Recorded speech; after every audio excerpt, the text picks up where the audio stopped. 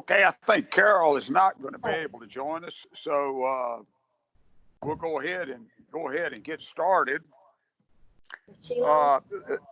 Is this, Janet, is this information been sent out to Kevin?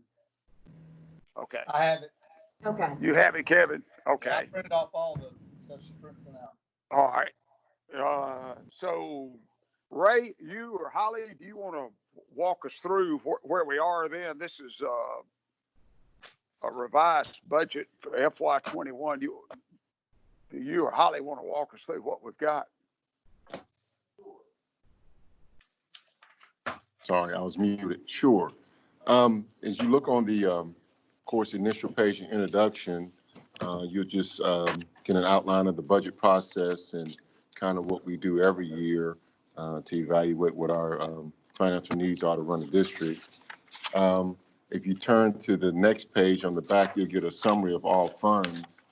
And based on what we've forecasted, what our bottom line fund balance might be, with anticipation of our current budget process, which includes expenditures reductions that you'll see on the upcoming pages. As you know, we've had to make some dramatic changes in the budget process since over a week ago. We were notified that we will be reduced in FY21 by about $10 million.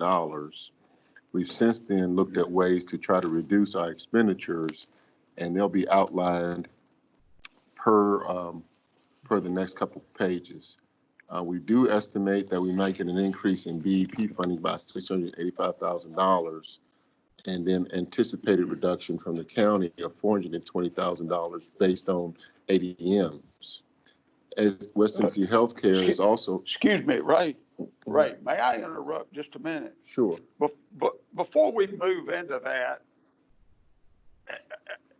and I'm on this summary page. This shows our beginning fund balance estimated at $11.1 million. That's significantly different from what we looked at just last week. Can we talk about that for a minute? Yeah, I'll let Holly jump in and how we arrived at that 11 million versus a 7 million number. Talking about the budget summary. Yes. Yeah. The top line. Before we get into FY21, I thought it made sense. Let's understand where we're going to end this year. And this looks significantly different from what we looked at. Is that correct? That's correct. Of course, we continue to go through and Holly, excuse me, I can't hear you.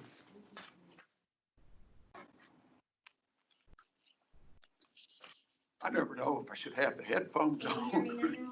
Is that good? No, it's not coming through.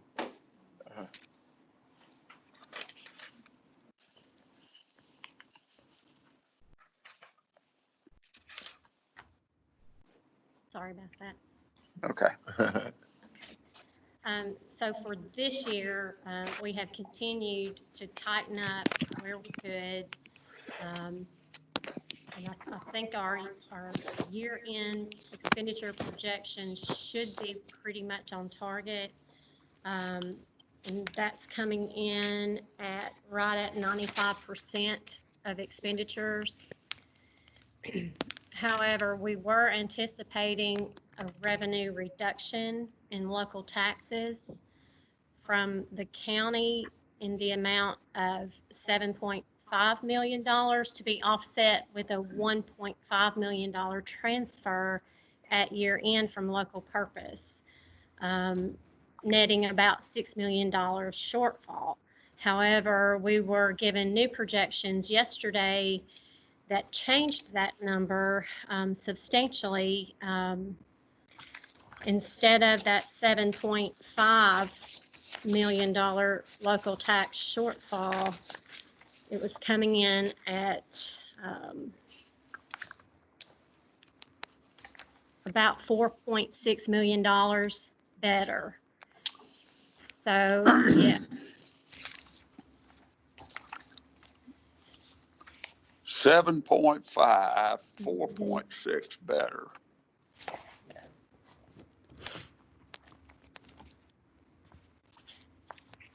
So that would be, what, a $2.9 million?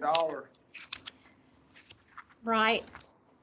The thing is that the transfer that we were looking to get at year end of $1.5 million, we've been told at this point now not to expect that transfer. So net, we roughly $3 million less than, okay. Right. I've got for fiscal year 20, local revenues showing a total shortfall of $2,867,836 estimated. Okay. So that made a substantial difference in our ending fund balance when we were able to add those taxes back in. Okay, so that's increased our projected fund balance at the end of FY20 from what, roughly 7.5 or 6 to this 11.1. Is that correct? Because we were projecting a 7.5 or $7.6 million fund balance at the end of FY20. Correct. Holly, I know these numbers are moving quickly, so don't correct me if I'm wrong. Kevin, do you follow all that?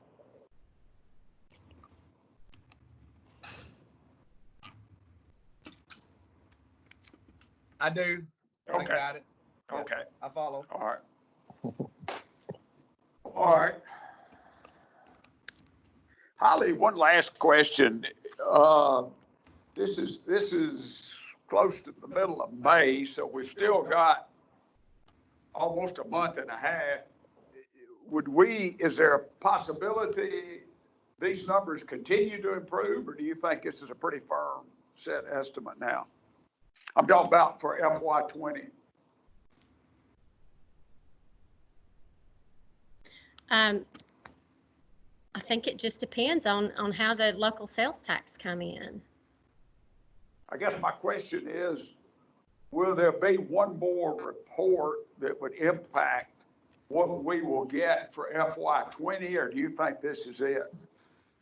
And the reason I'm asking the question is we're making some very, very painful cuts here, trying to beat these projections. If they're overly conservative, we're shooting ourselves in the foot here. Right. I think our expenditures are estimated as close as I can get them to year end. Yeah. The revenues, we just got an updated sales tax report from Karen this week, and it will be several more weeks before we would get another one. And by that time, I think that the county is hoping to have a budget in place. So we're confident in our expenditures, the revenue end. We're just not sure about. That's right. Okay. All right. Okay. All right, I guess we'll move into looking at FY21. And you see the next page, the summary of, once again, funds received from the BEP, anticipated reductions based on ADMs. West Tennessee Healthcare, who's been a strong supporter for years, will have to drop us by $166,000 towards our school nurse program, and funding at the health clinic at JCT, and athletic trainers for ball games. So we'll just have to take that as it comes and work through that as these situations continue to evolve. Our TCS legacy retirement plan decreased slightly, yielding some savings, about $185,000. And we estimate a 5% increase in health and dental premiums, costing about $180,000 in FY21. I did get word last night, kind of through the grapevine, that number will probably come in better than that 5%. So we should be good there. And of course, we addressed that. Those benefits run January to January, so we'll be addressing that in the fall. So we should know by then specifically. So we move into the meat of this conversation about items to be reduced. These are non-personnel items that we're looking at. So where we are is, you have the list here of things that we're looking to impact. And these are just reductions. These are not eliminations, but these are reductions to each of these different lines that come to a reduction of $1.234 million. Okay. And then right below that, you're looking at things that we had to add based on some things that are going on in the district that we have to account for, such as property insurance increase, trash pickup, moving services, startup for the new school, JCM. We got to anticipate what that would cost. There's just a myriad of things that you look at here. Even COVID-19, we have to add money for how we're going to disinfect buses and other things, which is still a moving target. We really don't know how transportation or even how classrooms are going to look. So we have to anticipate some expense there. Some of it may be covered by our CARES Act grant, and some of it may not be. We're working through that application process as we speak. So you can see both subtractions and additions to non-employee lines. And then if you turn to the next page, you'll see employee impact. So you're looking at a total of $3.1 million across the board, across many different classifications, both in schools, central office, and across the board. And remember, the numbers that are there for the actual positions are as with benefits, all benefits and things included. So we use these numbers for budgeting purposes every year to indicate how much we think each position is going to cost us. So if you just look through that list, you'll see one highlight is educational assistance. We're going to basically have to cut that number in half. And then you just see the education, the regular ed and K-8 and regular ed high school numbers there. But in order to do any more, we're going to have some changes in how we rearrange school in general. If we're going to have to reduce the $10 million, then it's going to dramatically change all of our schools to the point where classroom ratios and things of that nature will have to be dramatically increased. So this is where we are now so that we can continue to have school similar to the way we currently have it. But anything beyond this is going to be an even more dramatic change. And in the COVID-19 environment, we really don't know how all this is going to work together, both reducing staff, but at the same time, having to reduce classroom sizes based on COVID. Of course, we're working in opposite directions. So a lot is going to have to do with what happens in June with the legislature and with CDC guidelines. There's rumors that on a bus, you may be only put one person in a seat. Well, that's going to dramatically change transportation. Technology is going to have to be increased as we look at our virtual learning platform. So there's a lot of different moving parts as we move through both these budget cuts and the COVID-19 environment that are working in opposite directions. But this is where we stand right now.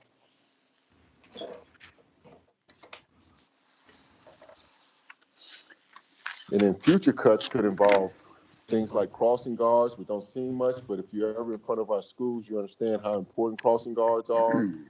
More educational assistance, more cuts in activities such as fine arts, ROTC, athletics.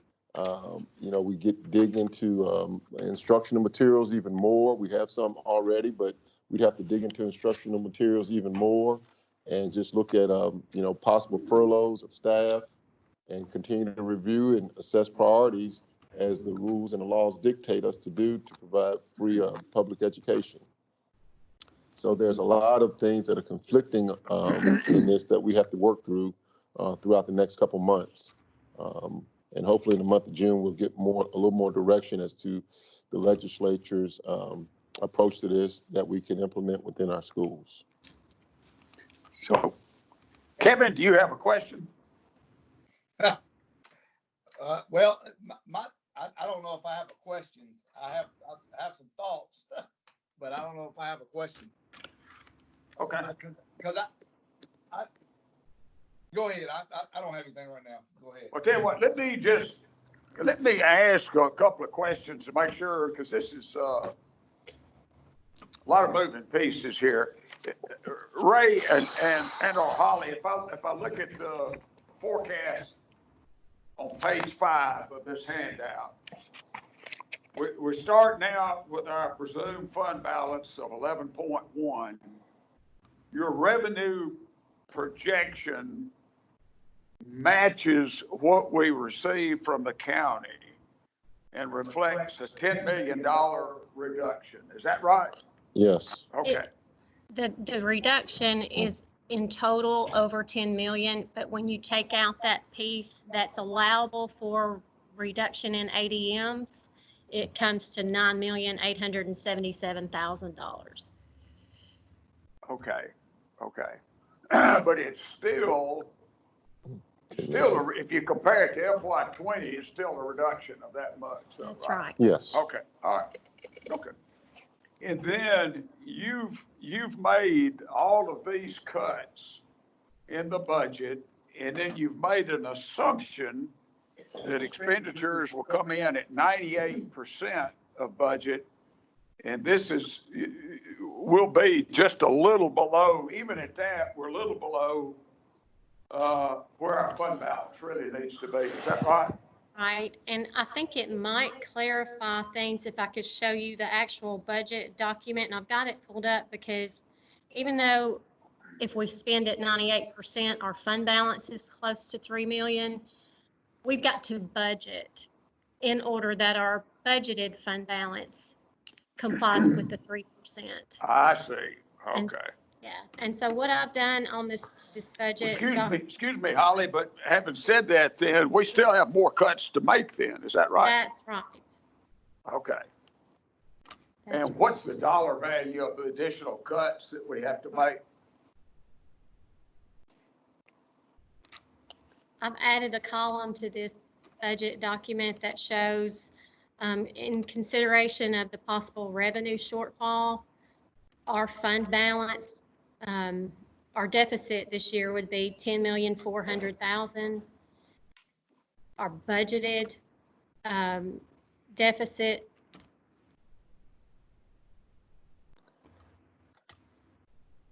it would pull the ending fund balance down to $777,000. And you can see that our 3% fund balance needs to be at almost $3 million. $2.9, almost $3 million, and so we're short that $2,216,000 in making our 3% fund balance. And there's a lot that comes into play here because that's all based on my estimates, my year-end projections this year. If they come in on target, if they come in worse than what I projected, then we're in a worse situation with our fund balance at the end of next year and would need more money to compensate for that. And that's another variable that we're talking about with the legislature, if they'll waive the fund balance rule as an addition to whatever else they're going to consider with maintenance of effort, will then districts be allowed to not have to adhere to that fund balance rule that's been out there. That's part of what's being discussed. Well, Ray, and I'm not going to be on the board next year, but my thought is Pete on the phone? Is Pete? Okay. My thoughts for next. I'm sorry. Pete, you are on. Good. Pete, I'm just going to share this with you. My thoughts for next year, even if they waive that fund balance requirement, we ought to target that, because we don't know what extra expenditures we're going to have next year to deal with COVID-19. I think we all know we have got to keep school open next year, whatever it costs. And so my thought would be still shoot, even the legislature waives that, we still need to target that to give us the dry powder to work extra expenditures to keep this school open for these kids next year. That's just my thoughts on it. Sure. Pete and Ray. I agree, Jim. So Holly, what I'm hearing is, it's in addition to these cuts, we still need to find another $2.2 to $2.3 million in reductions. Is that correct? Yes, but I'd say even more than that, because like I said, if the revenue happens to come in less than the county has now projected, or if my expenditures come in higher than I projected for year end, we'll be in a bind if we only look at these estimate. We need some cushion there in our fund balance to meet that 3%. One item that Ray and I have talked to Karen Bell about is the Amaresco debt payment. We've asked for either to push it out or to forgive it altogether, being that it's capital. It was a capital project that we were funding through our operational budget, and we've paid on that for about 10 years. The last payment is scheduled for 2025, but you can see on the screen for this year, we've not made the payment yet. It's $843,000, and next year is $870,000. We've been told to leave that in our budget and anticipate paying that. However, the county committee may speak to it, according to Karen, when they meet on June 3rd. And so I'm hoping that we may get some good news out of that, and we can either push that out or not pay it at all. Okay. So let's talk a minute about the cuts that we already see here. And so, Holly, let me ask you one general question.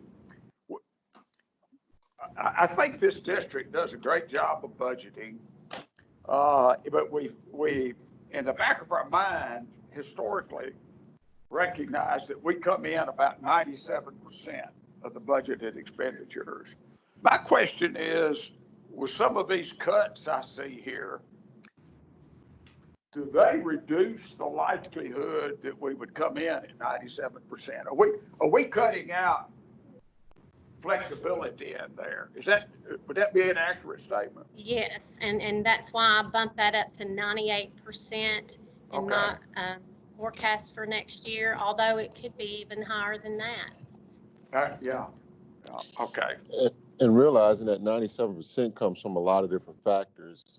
Throughout the year, you may have open positions or things that are taken care of part of the year that are not there the whole year. So it's not necessarily built in, but that's just the way it flows basically every year because of the way, personnel works and the way school works. So, we've always been consistent around that 97%, but at the same time, if you have less people working, then there's less opportunity for positions to maybe not be filled part of the year, which then correlates to less opportunity for to come in under budget.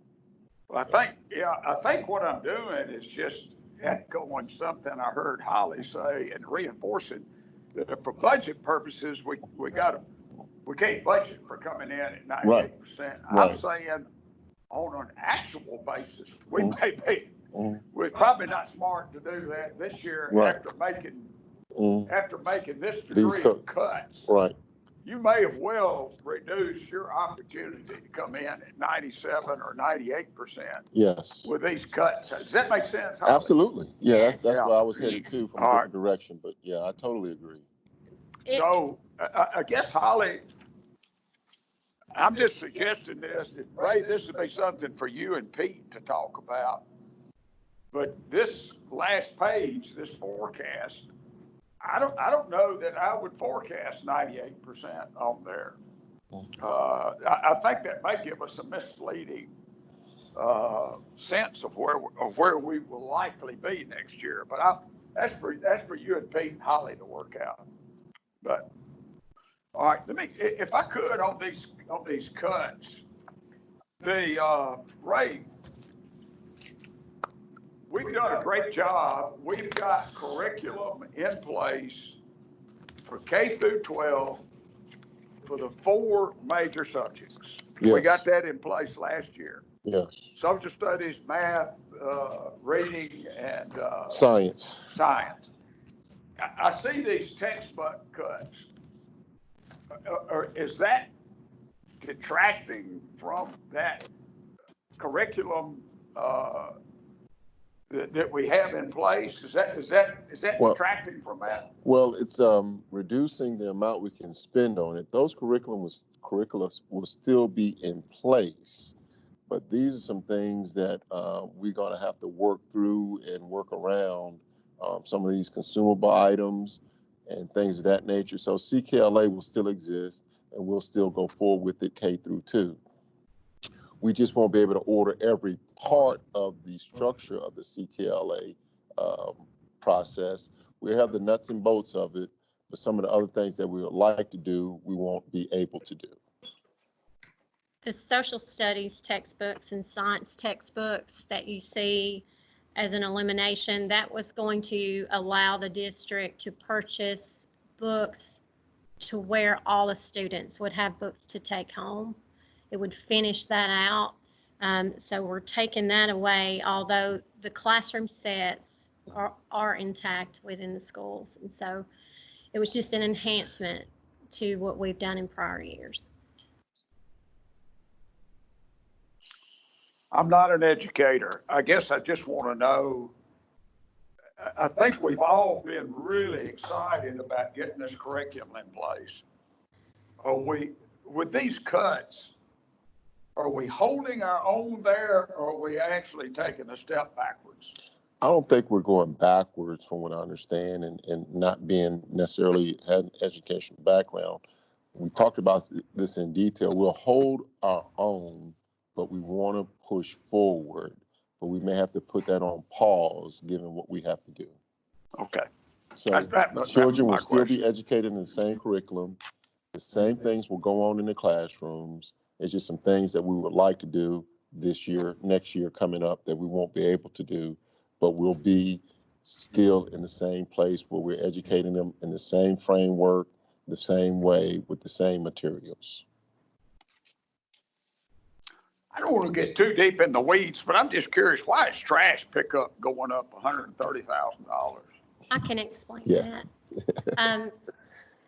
Over the past few years, our food service fund has taken on paying for all of the trash pickup at the elementary schools and most of them at the high schools.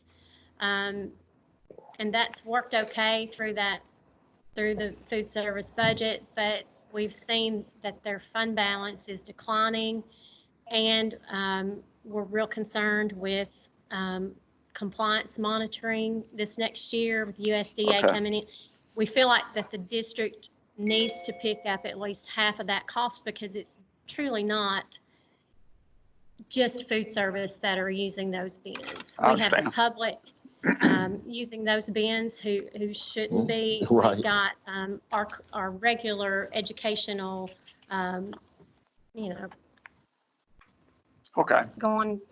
happening at the school where they're throwing out whatever, it's just normal trash and not anything to do with food service. And so we're moving that over, which will help the food service fund balance.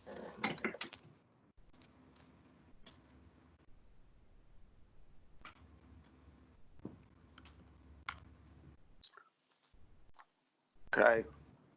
Kevin, I don't want to dominate here, but let me just, and Pete, I'm glad you're on. So, so let me ask, what are our thoughts on another $2.5 or $3 million in reductions? Where's that going to come from?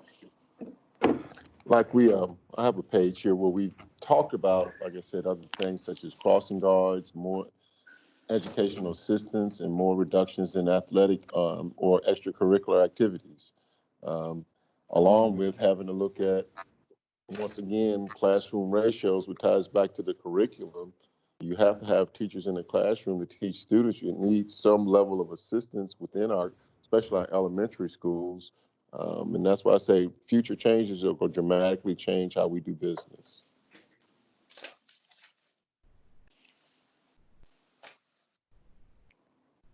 So if you cut out every educational assistant, you could save $720,000. I don't think that's feasible. All right. If we cut out more curriculum in math, we could go and not spend another $375,000 But I don't think that's feasible to do. You know, we could cut out athletics and fine arts and some of these other things, reduce ROTC, but I don't think that's feasible. But these are things that we could do that are out there that would still be providing a basic education, but these things that we consider a part of education would then at some point have to be eliminated. So that's what we get to next.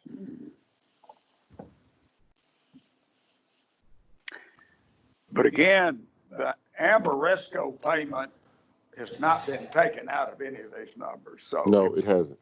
So let's say that we've got to get, and maybe Holly's right, we need to get another $3 million in reductions. That's a big piece of it if we can get relief on the Amaresco payment, which frankly, I mean, would seem reasonable and fair to me, but that still leaves you with another $2.2 million, $2.2 million in reductions. And what I outlined is about $2 million in what I just alluded to. Crossing guards, educational assistance, and reduction in extracurricular activities. It's about $1.7 million. Okay. Is what I alluded to.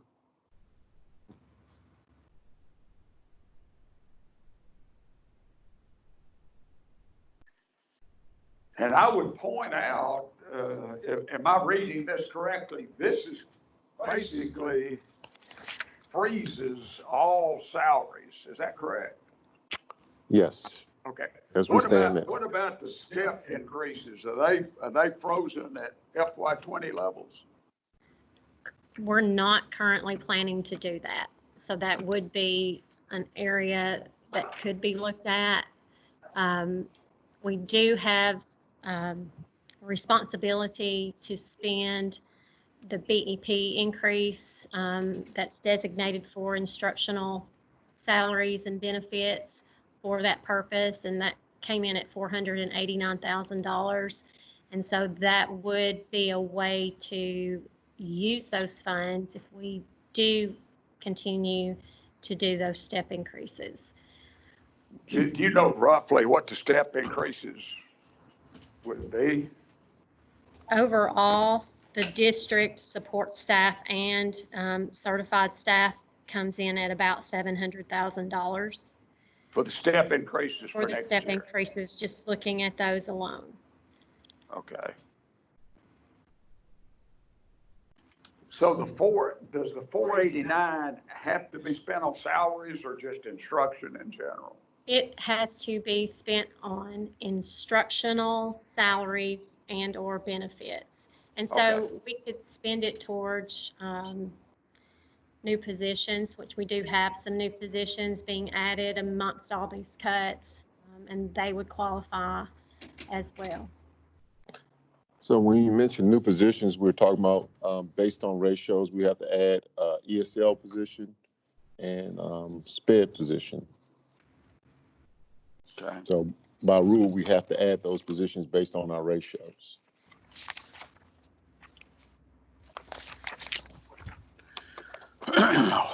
Well, let me just ask one other question or throw out one other comment.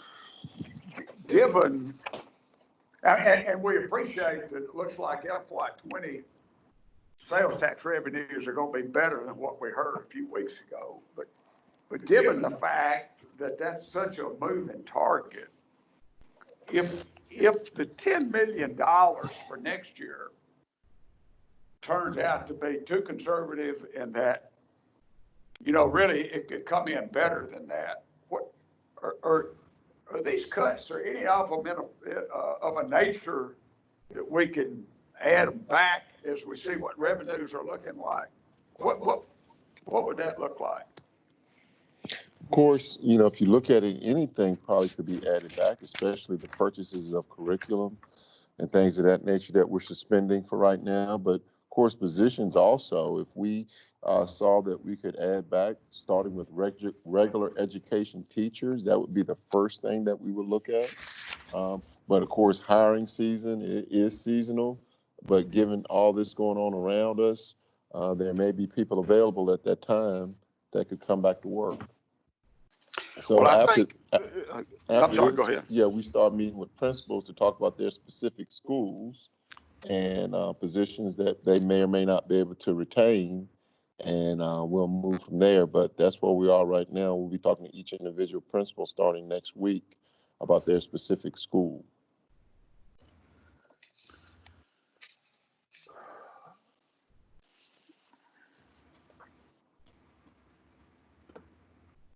So Ray, your next meeting with the county is when? Well, financial management meeting is June 3rd, but I could actually ask for a meeting with the budget committee or the budget chairman and Karen Bell, Ms. Bell, the finance director, I guess at any time to talk about things. But I don't have a scheduled meeting. I wanted to go through this with our budget committee first before I actually meet with those individuals. But, you know, I feel like we all been talking enough that if I needed to schedule a meeting with them anytime next week, that could occur. Well, Pete, what are your thoughts?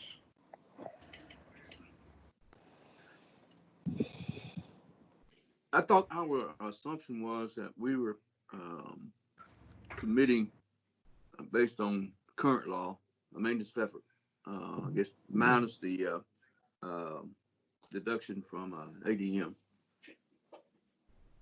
before we started the, but at the same time, we'd actually look at areas that if we had to, based on any General Assembly action, to make additional cuts. But one of the things that I want to make sure that we look at, if and we talked about the COVID-19.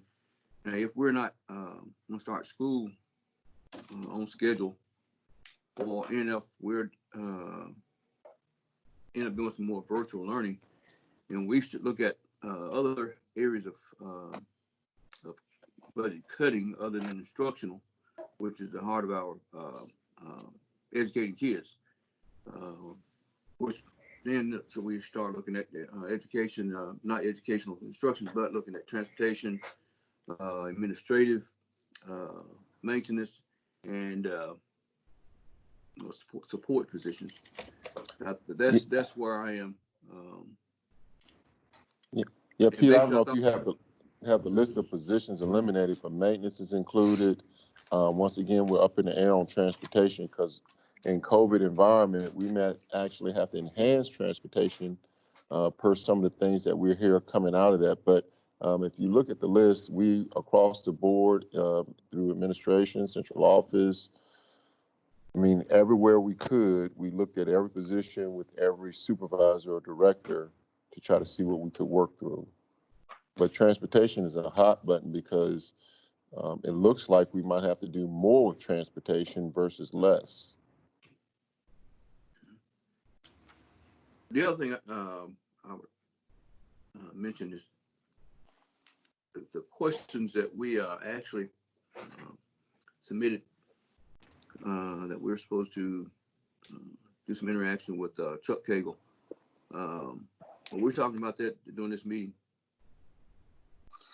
Jim? We can. We do have that meeting set up with Chuck. I think it's next Wednesday at 3:30, and we do have the questions that everybody has submitted. Okay, good. What I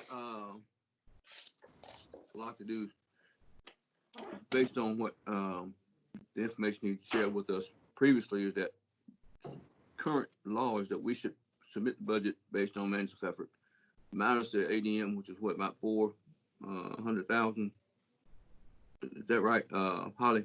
Right, it's about 420,000 now. 420,000. But at the same time, have these this Plan B,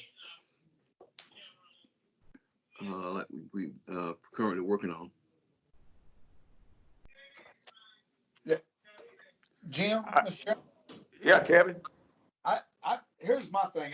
I don't understand how we're going to cut our budget to this degree, when it's going to cost us, if things keep, if there's not something that happens during this summer that changes the mindset of the CDC and the governor and all those involved, it's going to cost us far more to operate this coming school year.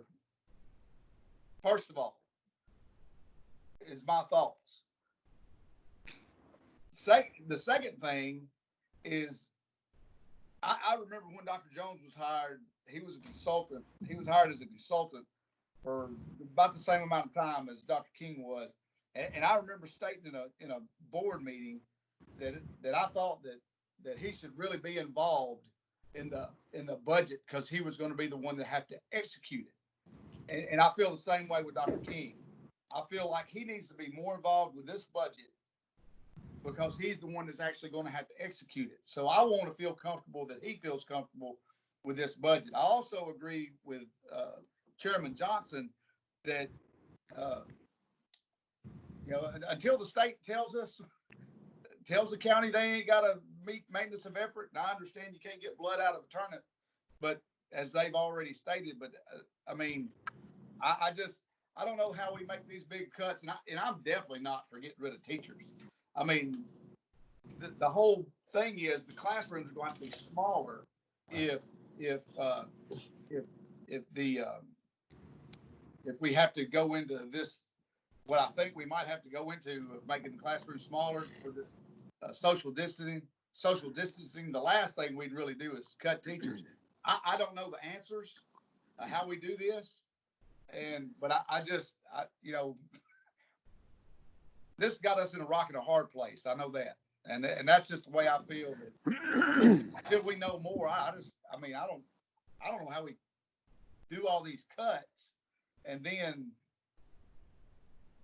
had to figure out a way to pay for all the extra stuff we got to do too. But that's just my thoughts. Okay. Let me, because Kevin, you bring up a good point, and I think Chairman Johnson did too. Personally, I think there's value in going through this exercise so that our board, our county commission, and our community knows what's at stake if, in fact, we have to make these cuts. And I think that's maybe 90% of the value of what we're doing right here. So everybody understands what we're about to have to do to our educational system if we have to take $10 million out of it, and to your point, accommodate COVID-19 next year, which I feel sure we're gonna have to do. So I don't think this is time wasted. We're not making these cuts. We do have this conversation with Chuck Cagle, but I think there's value in identifying what these cuts are going to look like and feel like, and the impact they're going to have on our system.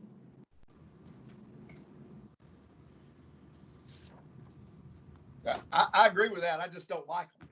I don't like it either. And Kevin, right, to your point, and Holly, I don't want to nitpick, but Ray, our first, this first page, it says we're pleased to present this budget. Can we strike pleased?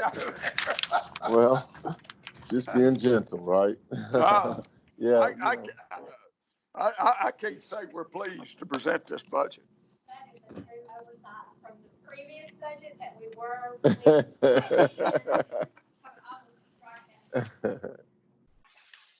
I mean, Well,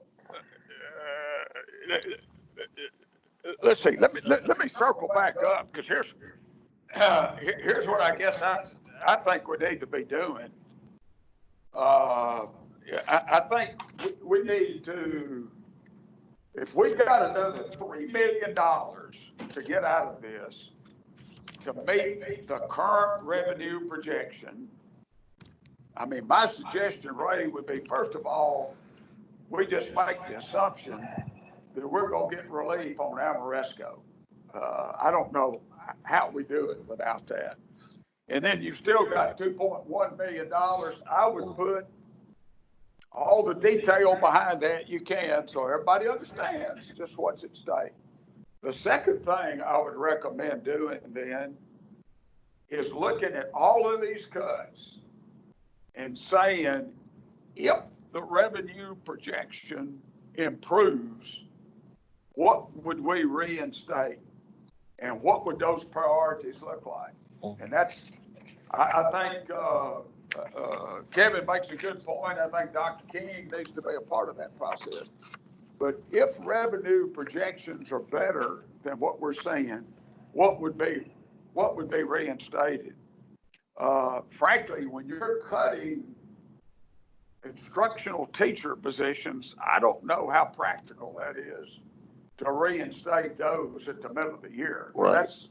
That involves, but anyway, that's up to the educators. But I just think it would be prudent to see what would we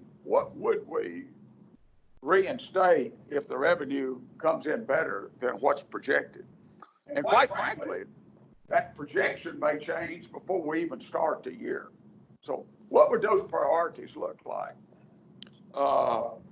I would at least consider, if we legally can, freezing the step increase positions, and because that's several $100,000 right there.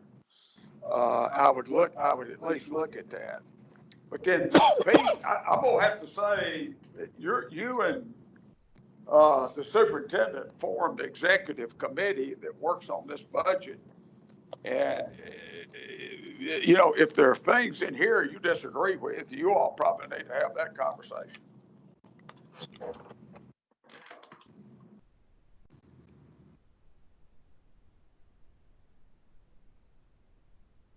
I would think before our call meeting, though, it would be helpful to have had a meeting with the county budget or finance or whoever, see if we can get a consensus on Amaresco, and then just make sure on this next level of cuts that they say that's absolutely necessary. You need to plan on that.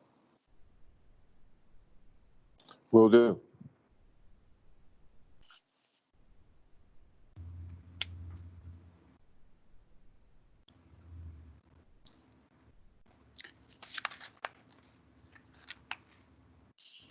Janet, can you publish the list of all the questions that we brought in to ask Chuck Cagle? Or have you already done that? I have not done that yet. We do have them, but Carol just texted me and she sent hers to Chuck. So I don't have hers. You don't have hers. Okay. All right. Okay.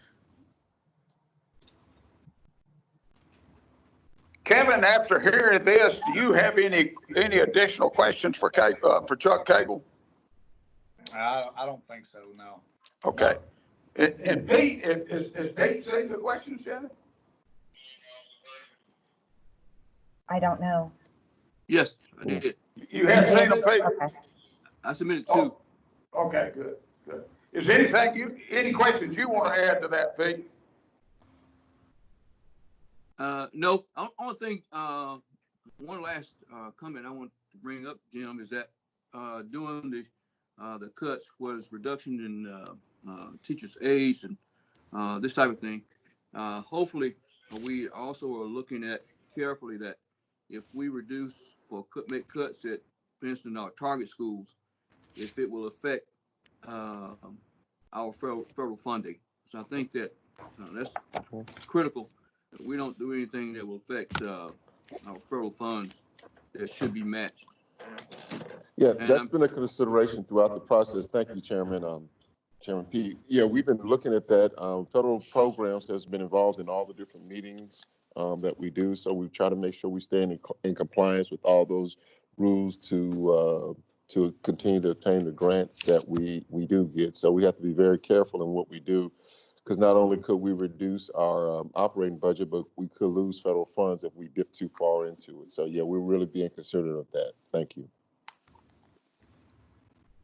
Okay. Ray, is there anything else we need to talk about today? I don't think there's anything else today. I'll continue the dialogue with Ms. Bell and hopefully Mr. Stevenson. I'll try to schedule some time right after this meeting with them to set up a time either today or next week to talk about this a little bit more and continue to work through the process, hoping to have something to them by June 1st so that they can meet their deadlines to submit a budget. Okay. Holly, anything else? Well, I wondered if we should go ahead and at least touch on the federal projects fund, food service fund, and education capital fund budgets. Yeah, do we have anything on that? I did summarize. I've got the actual budget document prepared, but the summary sheet should be enough. It's the last page of the executive summary.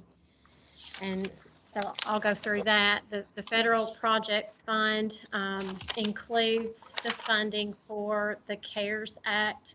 Oh, excuse me, Holly. That's page 2. The last page 6. No. Oh, I got a page 6, did I? Yeah. Okay. There we go. All right, I'm with you. Okay. All right, so when we met previously, I indicated that we would wait and amend this money into our budget in August because it was too preliminary and we didn't have any idea of how we were going to designate those funds to be used. However, since we've been delayed, we have had a chance to have a meeting or two, and we have some general ideas. Ruth Carson, Federal Programs Director, has met with the private schools that will also receive a portion of this money.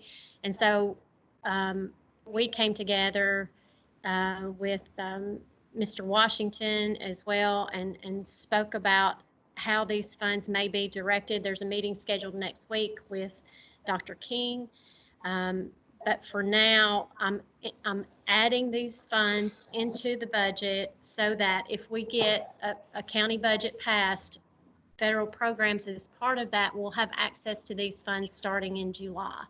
And so between now and then, we'll be working to pin down exactly how we want to spend these funds, get our application completed and hopefully approved, and then we'll have to amend it. We'll have to amend our estimated budget to match the actual approved budget, and we'll do that in August, but at least we'll have access to some of these funds in July. And the private schools will get about $650,000 of this money. Outside of that, the district has some ideas of using the money towards, in bulk, towards student devices, towards training and stipends for lead teachers to help with that training. We've built in a little bit of money for unemployment compensation, and a lot of money for supplies and materials in the way of just sanitizing products to get the schools ready if needed, Dermex, wipes. We've got some money in here for thermometers. We've been pricing out the large walkthrough Kiosk. And so we've got a lot of ideas, but we still, like I said, have to pin those down and get this finalized and submitted to the state. So outside of that, I think I covered most of the other items the last time we met. Outside of the positions, we have eliminated some positions out of federal programs. That includes 17 special education assistant positions because the funding is just not there for that. 1.4 nurses, an assessment clerk, and 2 Title I interventionists. We have added back some positions to the federal programs budgets. And federal programs is a combination of about 20 different funds, 20 different grants that each have their own guidelines that we have to adhere to. So pulled together, we have about a $15 million federal funds budget. But the positions added within those budgets include 3 regular education assistants, a school counselor, a teacher, instructional coach, a part-time teacher support, a part-time grant coordinator that will help with this CARES Act money. And of course, additions and changes to personnel and services occur each year as a result of the funding, the guidelines, student needs, and the individual school plans that are submitted. Food service fund, there will be 28 positions eliminated out of that fund, including 1 central office secretary position, 5 dining monitors, and 22 cafeteria personnel. Of these, most of these positions are currently vacant and have been, and so it will not impact current employees to the extent of the number of positions that are being eliminated. And then you'll see as well that food service is transitioning half the cost of the trash pickup service back to the general purpose fund to maintain compliance. Holly, one question. Again, not to get too deep in the weeds, but everything I'm reading says that next year, one of the best practices with COVID-19 would be to serve meals in the classrooms and not in a big cafeteria. Is that, Ray, is there a cost impact to that? Or is it? Yeah, and that goes back to, especially with your lower grades, the amount of assistance that can assist with that. If we do have to put food on carts and roll it to the classrooms, then your lower grade levels would need assistance with being able to open packaging and do things of that nature. So it'll change meal preparation and also meal delivery. And so we'll just have to see what those rules are and adjust to them. But definitely from transportation and nutrition, all those other things that people don't think about are going to be impacted by whatever we have to do with COVID-19. Okay. Okay. And then moving on to the Education Capital Fund. Our ideas with that have been greatly diminished as we found out that we will not be receiving the funding that we had hoped for. We were told that we'll get some funding by way of a grant provided by the governor to cover 1 regular education bus and 4 special education buses. We have funds in the current budget for the Workforce Development Center. We're moving those into fiscal year 21 and starting that project later on in the summer, I believe. Other major items in the education capital budget include engineering services for continuation of work towards the K-8 school,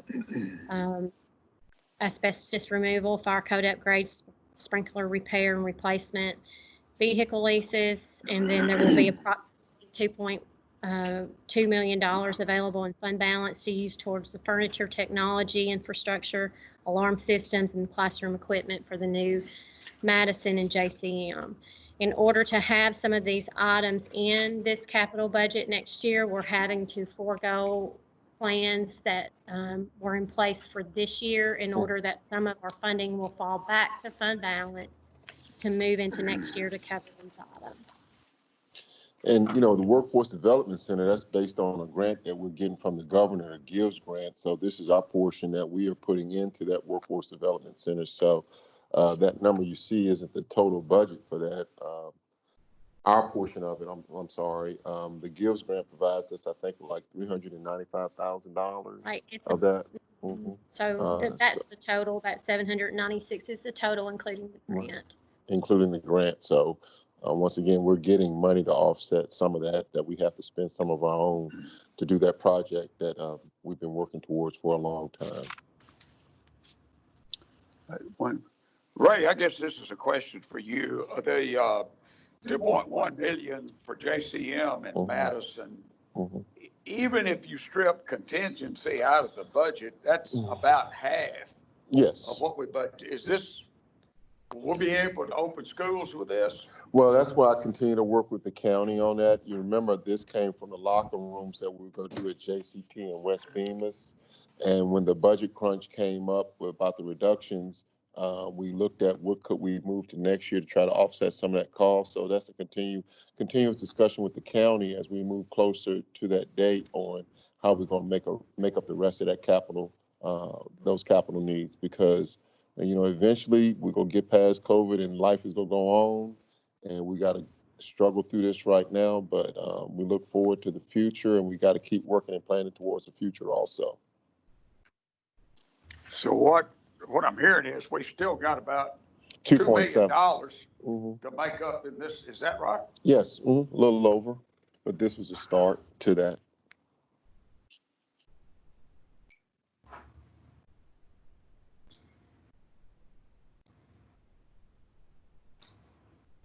But you're having those conversations with the county. Is that right? Yes. Okay. They're not as in detail right now as they will be, but we got a lot to talk about on a lot of different angles as we keep talking about, meeting with the county, Amaresco, budget overall. We just have a lot of things to cover to make sure that we can get on the same page about, as difficult as that may be, we still have to come to agreement at some point so we can move the budget forward.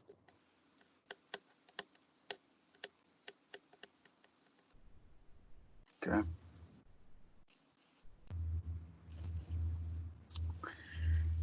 Kevin, Pete, questions for Holly or Ray? I don't have any. No, I don't have one, Jim. Okay. Ray, Holly, anything else we need to cover? No, I don't see anything else. I mean, it's just a lot of moving parts. A lot of things that we're unsure about, and we'll just continue to work through it. Okay. Well, just to remind you of the meeting with Chuck Cagle next Wednesday at 3:30, and if there's nothing else, we stand adjourned.